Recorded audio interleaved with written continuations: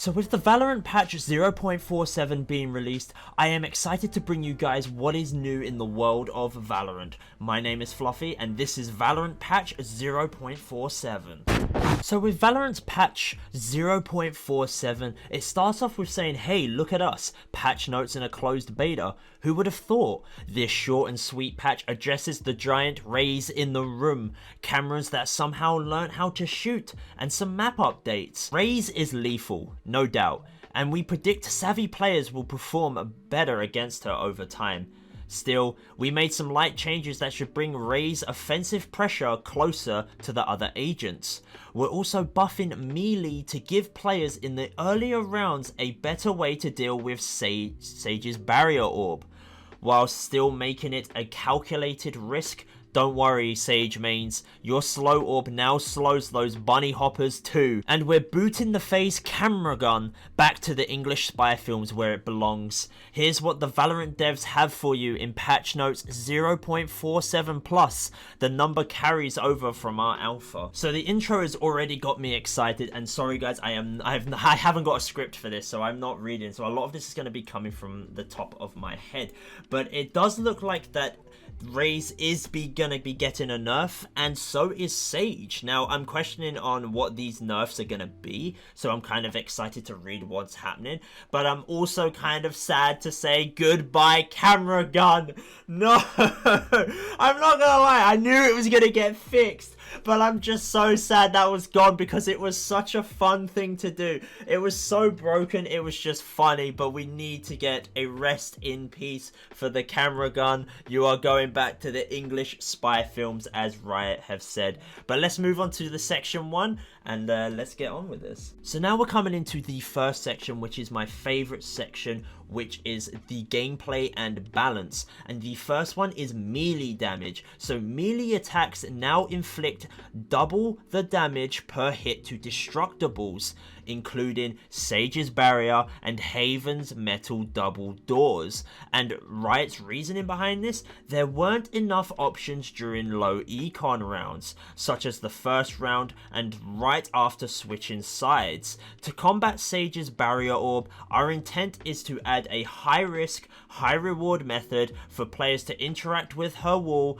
while still being able to take it down no matter their loadout. Now this is huge. This is a huge update for Sage, because not only that does also mean that low eco rounds, Sage is going to be a lot less powerful, but still it's a risky move. You do not want to sometimes go to that wall and just knife it, because a Sage might be hiding up there, an Omen might be hiding up there, and a Jet might be hiding up there, or for instance her whole team might just be hiding up there. So I really like this update from Riot. This is definitely a high risk, high reward. That definitely also means with the Haven metal double doors, you just don't have to spend ages and a lot of your bullets just shooting down that whole door just to make it wall bangable.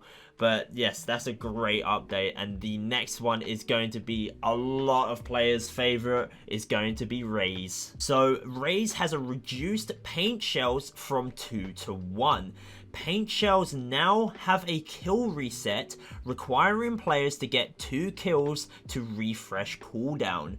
Tuned and adjusted audio for paint shells, blast pack, and showstopper, so that it'll be easier to hear in hectic scenarios. Fixed an edge case where the secondary cluster of paint shells would explode quicker than intended. They now have a minimum duration before exploding. What's up with that?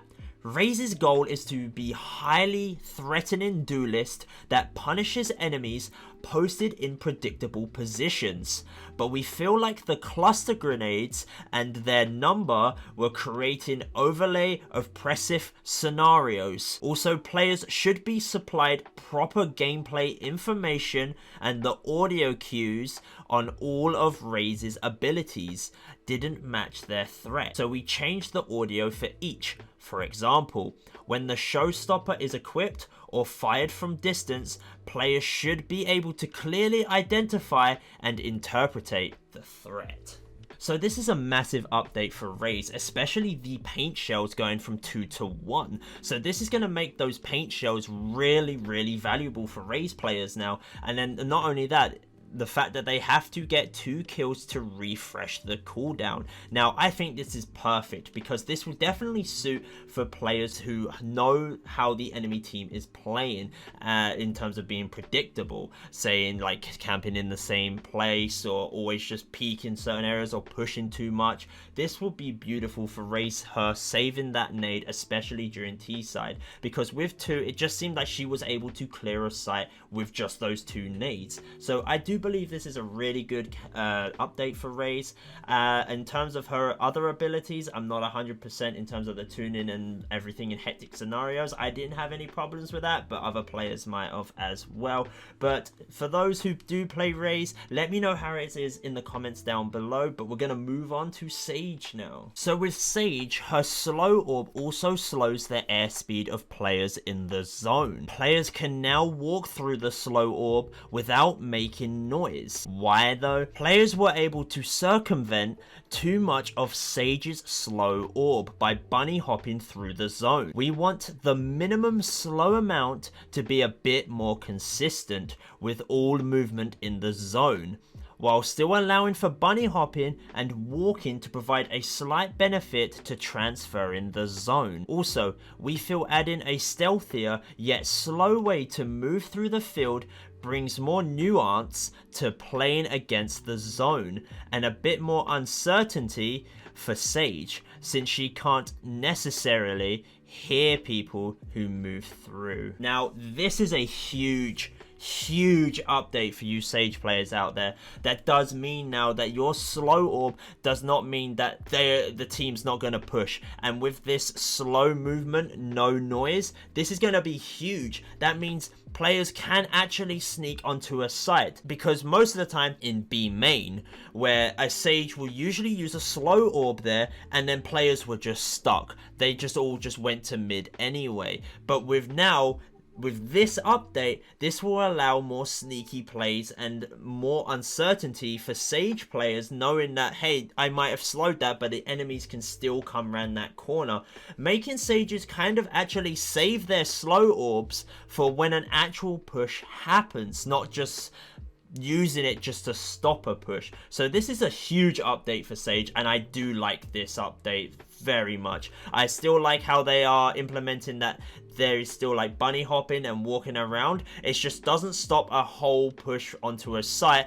They're just allowing more stealthy movements and more of using that brain to make sure that players are just not comfortable just going, okay, that site's cleared, they can't come through there, it's blocked for 30 seconds, now I can look over here. It just gives that much more of an edge to the Sage players. So the next sections are map updates, quality of life, and bug fixes. Now there's not a lot of points here, so I'm just going to put them all into one section. But on the map updates, there are several exploits fixed on Bind, Haven, and Split. So you guys go have fun and try and find some more exploits and see which ones were fixed. And the one which I think is probably the most important is that on Split, the orb is moved from B mid to B main. This intent is to alleviate some pressure from mid and provide some incentive for players to control B main. Now, I 100% agree with this, because when you was playing on Split, B site kind of reminded me of the CSGO map Inferno on Banana, where it just felt like, why should I peek Banana when I know that there's just going to be a sniper down at the end? I might as well just get mid control, go A, and then, or I can go to B, and then I got heaven control, right?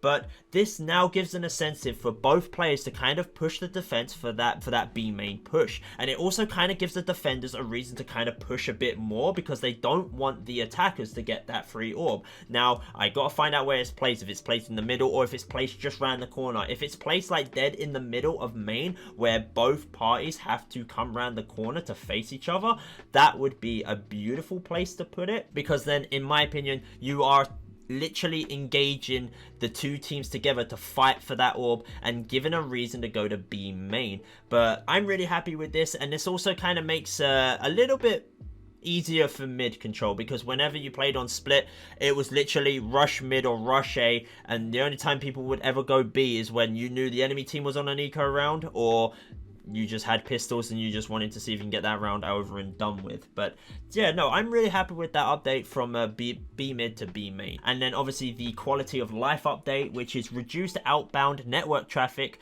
from client for players running at high frames per second. Some ISPs and network setups were throttling game traffic, impacting gameplay by causing large spikes in network latency at FPS increase. No impact to gameplay responsiveness. Now that's a lot of netcode. I will admit I know nothing about networking or netcode or anything like that, so I'll let you guys decide to see what that means. And then obviously we got some bug fixes, which is fixed a rare server crash caused by packets occasionally being corrupted by some players' networks. And then Cypher's spy cam can no longer use weapons, which is Pepe hands, but it had to go eventually. It was fun while it lasted, but see you later, spy cam with a gun. We'll see you in the English spy films, as Riot said before. And then fix the bug where footstep audio range would sometimes not appear on the minimap. Now I didn't have this bug, but I guess there's the bugs out there. I haven't ran into a lot of bugs, to be honest. The only times I've ran into bugs is when I put on cheats mode in a custom game, but even then, that's when you kind of expect cheats. If you guys did enjoy the content, make sure to smash that subscribe button, as well as checking the description towards my Twitch channel, where I stream Valorant and try to answer your guys' questions as best as I can. And leave a comment down below if there was anything that you guys disagreed with me in terms of this update, or if you agreed with some of these updates and you liked them. So just let me know down in the comments down below, and thank you so much for watching. Have fun.